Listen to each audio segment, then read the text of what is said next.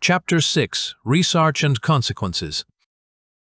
Marcus pushed through the heavy glass doors of the university library, his backpack stuffed with notebooks and a growing sense of urgency.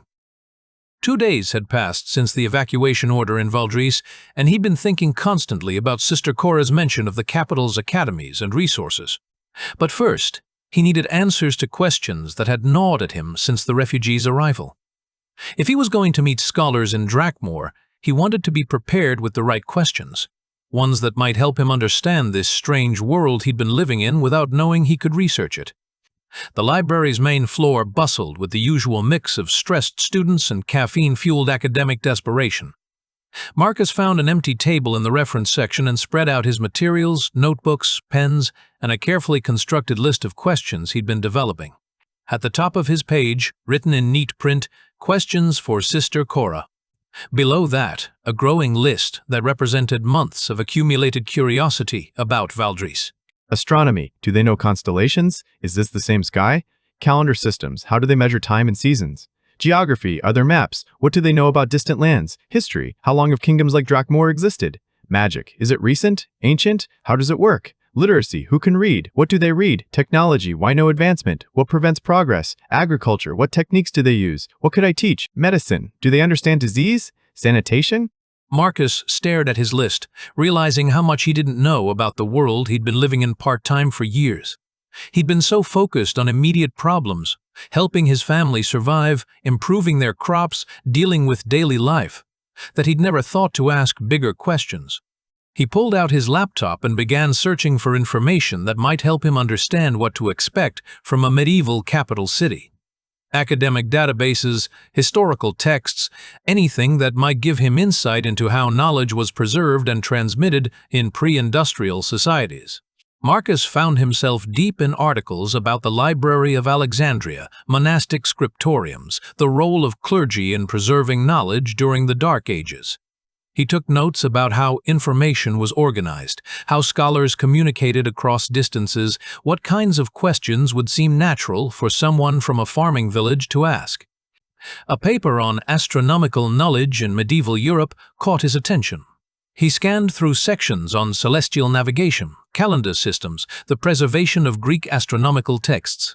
If Valdris followed similar patterns, Sister Cora might know about star charts, seasonal calculations, maybe even basic navigation techniques. Scientific innovation in pre-industrial societies led him down another research rabbit hole.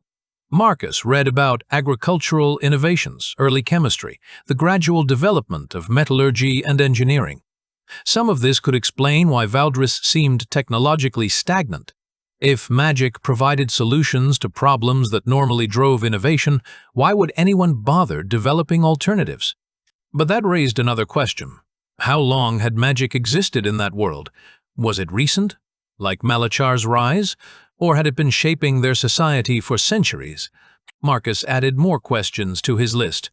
When did magic first appear in their world? Do they have any written records of history without magic? How does magic affect their understanding of natural phenomena? Are there scholars who study magic systematically? He was deep in a fascinating article about the role of monasteries in preserving knowledge when a familiar voice interrupted his concentration. Marcus, what are you doing here? Marcus looked up to find Jake standing beside his table, carrying a stack of textbooks and wearing an expression of surprise mixed with suspicion.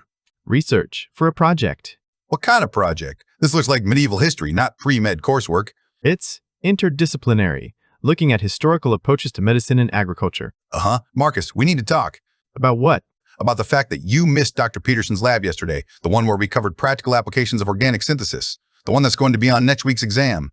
Marcus felt his stomach drop. He'd completely forgotten about the lab.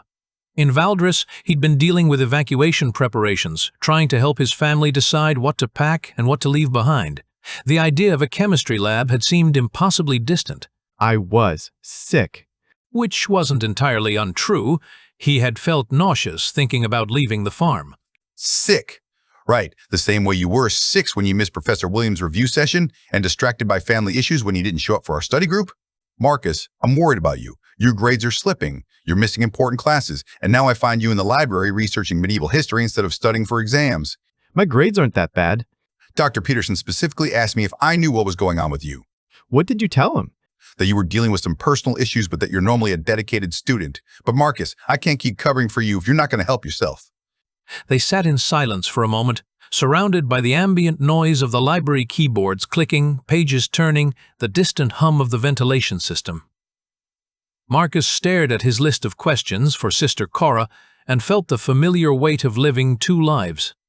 Look, I don't know what's really going on with you, but whatever it is, you can't let it destroy your future. Your parents sacrificed everything to get you here. I know that. Do you? Because from where I'm sitting, it looks like you're more interested in medieval research than modern medicine. Marcus closed his notebook, covering his list of questions.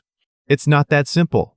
Then explain it to me. Help me understand what's so important about astronomical knowledge in pre-industrial societies that it's worth failing chemistry over. How could Marcus explain that understanding astronomical knowledge in pre-industrial societies might literally be a matter of life and death for his family in Valdres?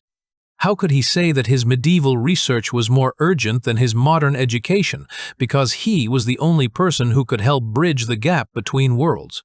I can't. I wish I could, but I can't explain it. Jake studied him for a long moment, and Marcus could see the frustration and genuine concern warring in his roommate's expression.